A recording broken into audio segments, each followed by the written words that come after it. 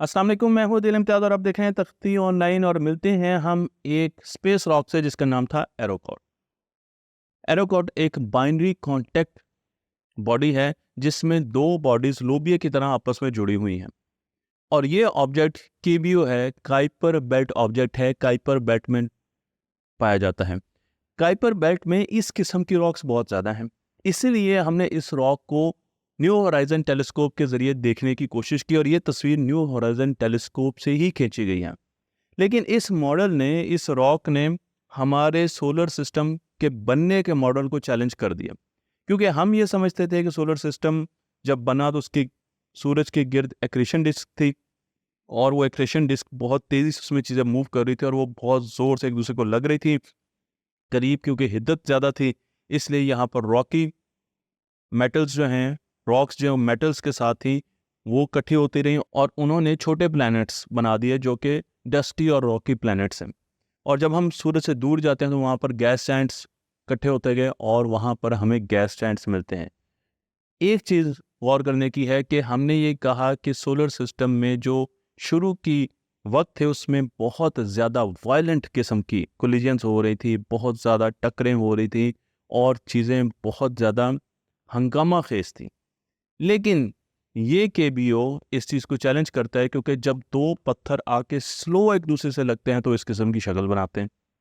अब जब पत्थर स्लो आके लग रहे हैं और हमें और भी इस किस्म के स्पेस रॉक्स मिल रहे हैं काइबर बेल्ट में, तो फिर हमें चैलेंज करना पड़ता है अपनी सोलर मॉडल की जो फॉर्मेशन है उसकी थ्योरी को, और उस थ्योरी को अब हम मॉडिफाई करेंगे। और हमारे पास एक और मॉडल है, ये मॉडल भी बहुत पहले साइंसदानों ने दिया और इसमें 2022-23 में तो बहुत ज़्यादा काम हुआ। इससे नाइस मॉडल कहा जाता है और इस मॉडल में ये कहा जाता है कि नहीं नहीं, ऐसा नहीं है कि बहुत तेज़ आपस में कोलिजन्स हुई और बड़ी वायलेंट किस्म की कोलिजन्स हुई, बल्कि ये कहा जाता है कि जो बड़े चार गैस जायंट्स हैं, जो बड़े गैस जायंट्स हैं, वो करीब करीब एक दूसरे के करीब करीब पैदा हुए थे, जो कि मैं आपको यहाँ पे तस्वीर भी दिखा रहा हूँ। तो हमारे पास सूरज है और फिर उसके बाद रॉक्स हैं जिन्होंने छोटे रॉकी प्लैनेट्स को बनाना है, लेकिन उसके बाद हमारे पास गैस जायंट्स आ गए, ये करीब पैदा हुए। और फिर ये हुआ कि इन गैस जायंट्स ने अपनी लोकेशनें बदलना शुरू कर दी। तो जब लोकेशंस इन्होंने बदलना शुरू की तो उससे हमारी जो सोलर सिस्टम है उसमें बड़ी चेंजेस आई, उसमें बड़ी कोलिजन्स हुई और उन कोलिजन्स की वजह से बहुत ज़्यादा टर्बुलेंस आई और हमें नई नई चीज़ें देखने को मिलती हैं। तो दो थेरीज हैं, एक थेरी ये कहती है कि शुरू से ही फॉर्मेशन बड़ी टर्बुलेंट थी, जबकि दूसरी थेरी ये कहती है कि नहीं, ऐसी बात नहीं है। बड़े जब प्लैनेट्स बने, सियारे बने, तो इन्होंने जब एक दूसरे को इधर उधर इन्होंने आपस में कुश्तियां लड़नी शुरू की तो उससे हमारे जो सोलर सिस्टम है उसमें बड़ी चेंज आई। और ये थ्योरी कई चीज़ों को एक्सप्लेन भी करती है। मसलन हम ये जानते हैं कि चांद को अगर गौर से देखा जाए तो आपको वहाँ पर बहुत क्रेटर्स नज़र आते हैं, वहाँ पर स्पेस रॉक्स आकर जो गिरती हैं और गड्ढे बनते हैं वो आपको बहुत नज़र आते हैं, आपको दूरबीन से नज़र आ जाते हैं।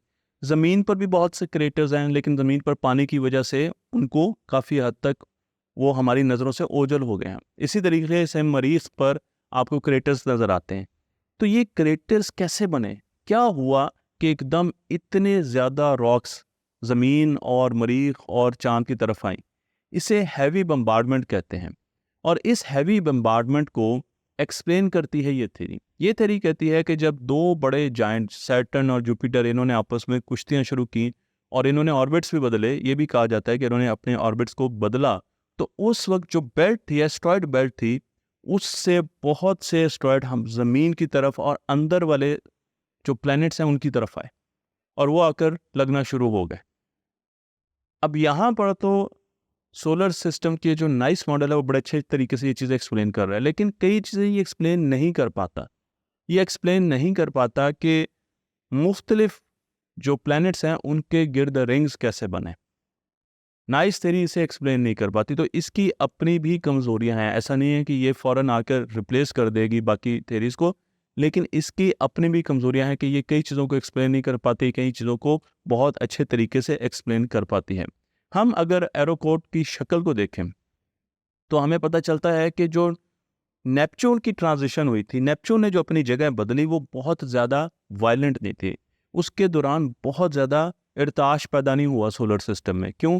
क्योंकि अगर इर्ताश पैदा होता तो ज़ाहिर बात है वो चीज़ें हमें नज़र आती कि यहाँ पर भी हमें बहुत सी वायलेंट किस्म की टक्करें नज़र आती, कोलिजन्स नज़र आती हैं। लेकिन यहाँ पर तो आप देख सकते हैं कि जो रॉक्स हैं वो बड़े स्लो आकर आपस में मिली हैं। तो इससे हमें ये भी पता चलता है कि नेपच्यून ने अगर अपनी जगह बदली है तो वहाँ पर बहुत ज़्यादा टर्बुलेंस हमें नज़र नहीं आई। हम इसी किस्म के सुराग लेकर कोशिश करते हैं कि किस तरीके से हमारा सोलर सिस्टम बना, इसके बारे में इस पहेली को हम सुलझा सकें। आपको ये बातें शायद थोड़ी सी अजीब तो लग रही होंगी, लेकिन साइंस ऐसे ही काम करती है। मैं आपको लेकर चलता हूँ होराइजन की तरफ, न्यू होराइजन की तरफ, क्योंकि न्यू होराइजन जब इसने प्लूटो को क्रॉस किया तो फिर इसके मुख्तलिफ सेंसर्स को बंद कर दिया गया, हाइबरनेट किया गया, और उसके बाद ये चलती रही। लेकिन एक जगह पर आकर इसके सेंसर ने बहुत ज़्यादा डस्ट को देखना शुरू कर दिया। एक सेंसर इसमें जाग रहा था, समझ लें कि उसे ऑन किया हुआ था। तो जब 55 से लेकर 60 एस्ट्रोनॉमिकल यूनिट पर पहुंचे, एक एस्ट्रोनॉमिकल यूनिट का मतलब है सूरज से लेकर ज़मीन तक का फासला, तो जब 55 गुना ज़्यादा फासला इसने तय कर दिया तो इसे उस जगह पर बहुत ज़्यादा डस्ट मिली। अब डस्ट कैसे मिल सकती है? उसकी एक ही वजह कि यहाँ पर रॉक्स आपस में अभी भी टकरा रही हैं, और उनके टकराने से लगता है कि डस्ट प्रोड्यूस हुई। हमारा ये ख्याल था कि यहाँ पर काइपर बेल्ट का इख्तिताम हो जाना चाहिए, यानी यहाँ पर रॉक्स को ख़त्म हो जाना चाहिए, उनकी डेंसिटी को कम हो जाना चाहिए, उनकी तादाद को कम हो जाना चाहिए। लेकिन ऐसा तो कुछ नज़र ही नहीं आ रहा था, बल्कि रॉक्स की डेंसिटी आहिस्ता आहिस्ता बढ़ती जा रही थी। फिर ज़मीन से मदद ली गई इस गुत्थी को सुलझाने के लिए, और ज़मीन से सबारो टेलीस्कोप जो कि हवाई में है उसे उस तरफ देखा गया, और देखा गया कि काइपर बेल्ट क्या 60 एस्ट्रोनॉमिकल यूनिट पर ख़त्म नहीं होती, उसकी रॉक्स ख़त्म नहीं होती। एस्ट्रोनॉमिकल काइपर बेल्ट तो आगे चलती है, लेकिन उसकी जो रॉक्स की डेंसिटी है वो तो हम यही समझते थे। लेकिन अब हम ये जानते हैं कि ऐसा नहीं है। इस रिसर्च पर जो काम कर रहे हैं साइंसदान, उनमें एक हैं Anne Verbiscer. Anne Verbiscer associate research professor हैं डिपार्टमेंट ऑफ एस्ट्रोनॉमी के एट यूनिवर्सिटी ऑफ वर्जीनिया। इन्होंने रिसेंटली एक कॉन्फ्रेंस में अपना पेपर पढ़ा, और उस पेपर में इन्होंने बताया कि हमें यूँ लगता है कि काइपर बेल्ट के बाद भी एक काइपर बेल्ट है। आज तक जितने भी मॉडल आपने देखे होंगे काइपर बेल्ट के या सोलर सिस्टम के, उसमें 2 काइपर बेल्ट्स नहीं देखी आपने। लेकिन ये एक नई चीज़ आ रही है कि काइपर बेल्ट के बाद भी काइपर बेल्ट है, यानी 60 एस्ट्रोनॉमिकल यूनिट के बाद भी काइपर बेल्ट चलती रहती है, चलती रहती है। पहले हम ये समझते थे कि 60-70 के बाद खाली जगह आ जाती है, और ये खाली जगह क्यों आई? क्योंकि जब 2 स्टार, एक हमारा सूरज और एक हमारा करीबी सूरज, वो आपस में जब इंटरेक्ट कर रहे थे, वो आपस में जब एक दूसरे से गुत्थम गुत्था थे, तो बीच वाले ऑब्जेक्ट्स जो है वो ख़त्म हो गए। ये साइंस में एक थ्योरी के बारे में आपको बता रहा हूँ। ये थ्योरी है कि इस वजह से हमें काइपर बेल्ट के बाद और उस सूरज से पहले, उस सितारे से पहले पहले बीच में कई जगह पर कुछ नज़र नहीं आता। लेकिन अगर काइपर बेल्ट ख़त्म ही नहीं हो रही तो ये थ्योरी भी गलत साबित होगी। इसका मतलब ये है कि ये दोनों सितारे आपस में उस तरीके से इंटरेक्ट नहीं कर पाए जिस तरीके से हम आज तक सोचते आए, जिसने तमाम बीच वाली चीज़ों को ख़त्म कर दिया। तो इस स्टडी को अभी भी देखा जा रहा है।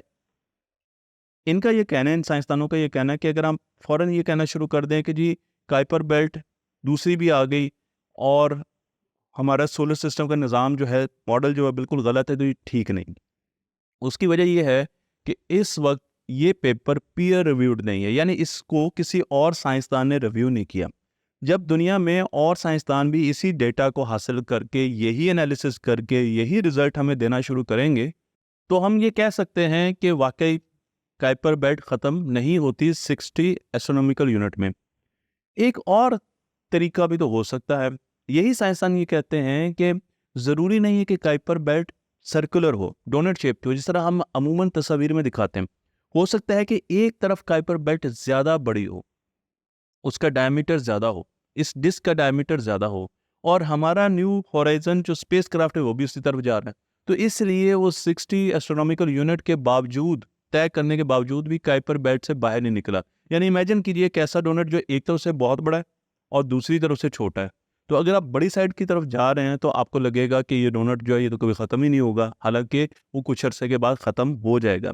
ये चीज़ तो हमें पता चलेगी जब न्यू होराइजन का और डेटा हमारे पास आता जाएगा। न्यू होराइजन अभी भी हमें ये डेटा भेज रही है। इस रॉक के बारे में भी हमें इंफॉर्मेशन दे रही है और काइपर बेल्ट के बारे में भी इंफॉर्मेशन दे रही है, और उसके साथ साथ दूसरे साइंसदान इसका पीयर रिव्यू भी कर रहे हैं। इन दोनों चीज़ों से हमें काफ़ी हद तक ये मालूमात मिल जाएगी कि क्या काइपर बेल्ट के बाद भी काइपर बेल्ट है, क्या काइपर बेल्ट बहुत लंबी है या वो एक तरफ को बहुत लंबी है और बाकी जगहों पर उसी तरीके से है। दोनों सूरतों में हमारा मॉडल चैलेंज होने जा रहा है और हमें मुस्तकबिल में सोलर सिस्टम की ऐसी तस्वीर नज़र नहीं आएगी। मुझे उम्मीद है ये वीडियो आपको पसंद आई होगी। तख्ते ऑनलाइन को लाइक कीजिए, शेयर कीजिए और इस इल्म को दूसरों तक पहुंचाते रहिए।